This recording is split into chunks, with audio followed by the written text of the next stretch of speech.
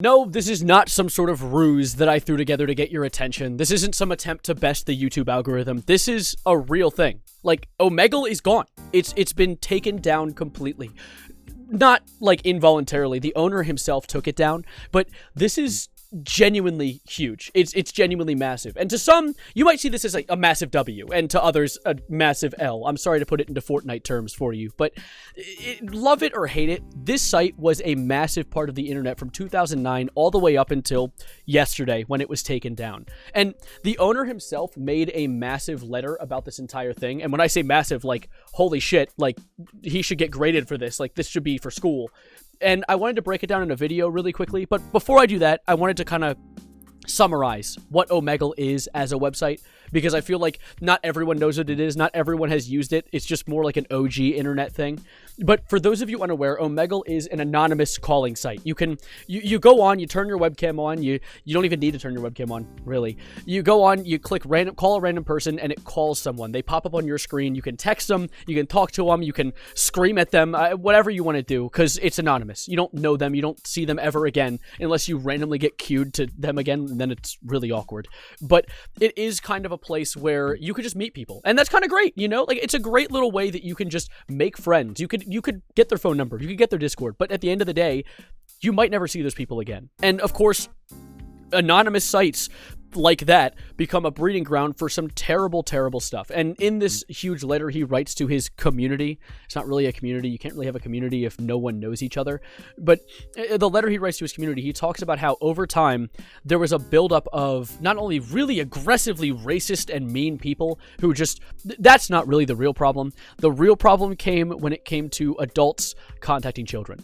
Which happens. It's Omegle doesn't have some sort of age verification. You don't have to, like, make the cow spin in a certain direction to prove you're a human. You just go and click and activate the site. And so it became this terrible breeding ground for people who were meeting children and then kind of manipulating them into gaining their trust, and you know the gist, predators, like that type of situation.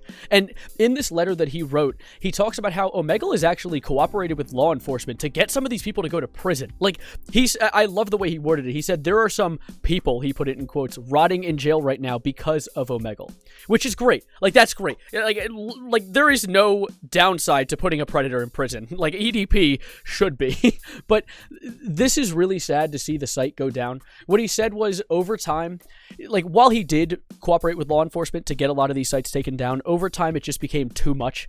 Like, there were just too many people doing terrible things on the site, alongside, like, people trying to, like, DDoS it, and other just, like, people who didn't like the site trying to get it taken down, which was already a toll on this guy who was doing more than he needed to put terrible people in jail. Honestly, I wanted to put a little segment of this video specifically to his specific story, his life story that he adds in this letter, that is the reason that he invented Omegle in the first place, because I think it's really, really important.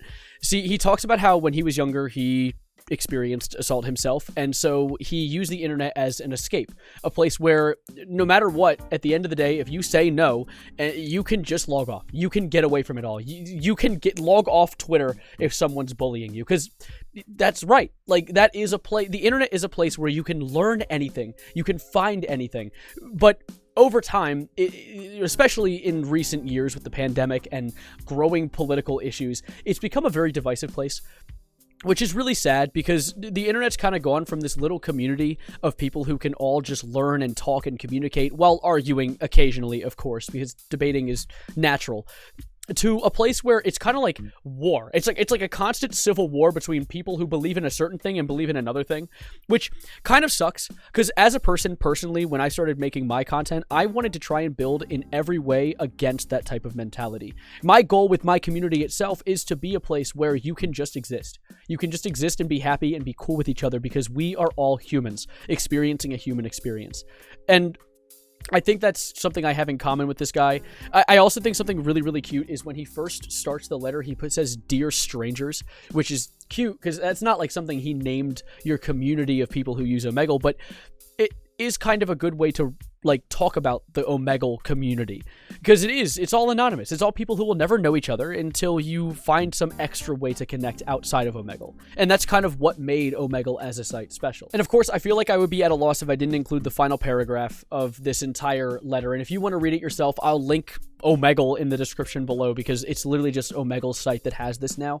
But in the final paragraph, he says, "The battle for Omegle has been lost, but the war against the internet rages on. Virtually every online communication service has been subject to the same kinds of attacks as Omegle.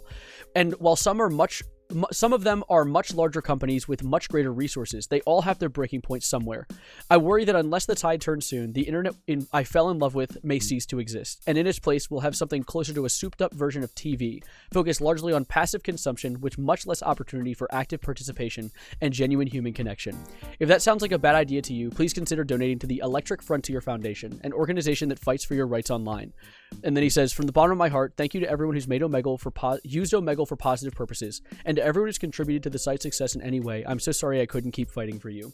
And god damn it, like, I don't know what your name is, whoever you are that owns Omegle, if you somehow managed to click on this video of the hundreds that are probably talking about this, you did a great thing. I feel like Omegle was created for a great reason, and I love its concept, and I have a feeling that now that it's gone, there's a void, and someone's going to fill it. There's going to be a new one, and maybe it's going to be made by a larger company. Maybe it's going to be made by people with more resources who can get rid of these terrible people who are bad actors on sites like this, who ruin it for the general public who just want to do something fun, like anonymously interact with random people. Like, back when I used it, and when I used it more often when I was younger, I loved going on and just meeting someone, and my friends in Discord calls would always be like, say something mean, do something rough, but I'd never really want to.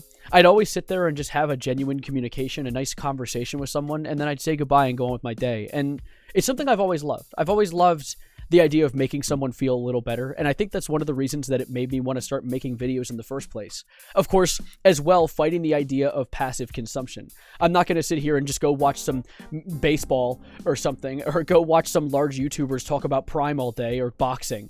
I'm here to create content as well, because I am a part of the internet, and you're a part of the internet too. Everyone here is a part of this internet, and if you can create, do it. Create, be a part of it, and be a part of a greater good, you know? I think it's so great what Omegle intended to do, and it's really sad to see it fall.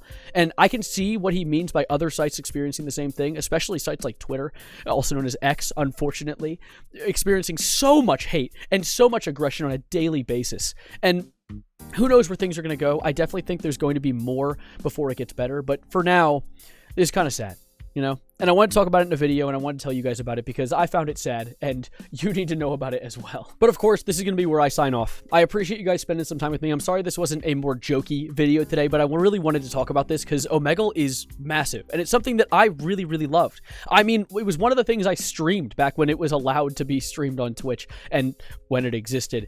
And I just appreciate you guys spending some time with me. If you enjoyed, don't forget to subscribe and stick around for more, because I have so much more coming. I post every single day, and I'm going to give you guys the song of the day, because just like Omegle, it's over now. By Post Malone. That was a little poor taste, but I give songs of the day every day, and I actually really like this song, so I wanted to add it to the songs of the day playlist that you can find in the description. And yeah, that's about it. R.I.P. Omegle. It was great the times I got to have on it. If you got to experience Omegle, you understand what I'm saying, and if you didn't, trust me, it was a really cool site. It definitely had some bad actors and some crappy people, but overall, I think that the idea that Omegle held was a really, really cool one, and I'm excited to see a new one pop up in the future. But that's about it for now. Thank you guys, and as always, adios, arrivederci, goodbye, good night, and next person.